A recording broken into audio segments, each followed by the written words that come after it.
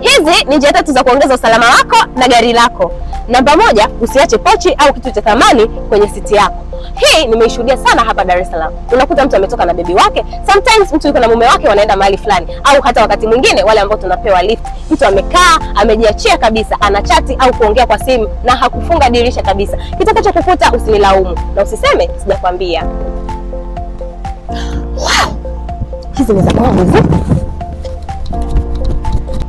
Namba 2, stay alert. Kuwa na mazoea ya kuangalia side mirror zako kila baada ya sekunde 3 au 4 ili kujua nini kimezunguka gari yako.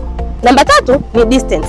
Hii bwana nimeishuhudia sana maeneo mengi ya Dar es Salaam. Unakuta mtu kamsogelea mwenzake hivi, yaani kuwa na mdomo, kiasi kwamba yule wa mbele akirudi nyuma tu kidogo anakuwa ameshambutua. Hakikisha unaacha angalau mita 100 kutoka usawa gari la mwenzako, ili kitokee emergency yoyote basi inakuwa ni rahisi sana kwako kuescape. Na dereva mzuri ni lazima atakuwa anayazingatia haya. Tufollow Ego Motors kwa elimu ya magari kila siku, lakini pia drop your comment tuambie ni kitu gani ungependa kujifunza next time. Bye bye.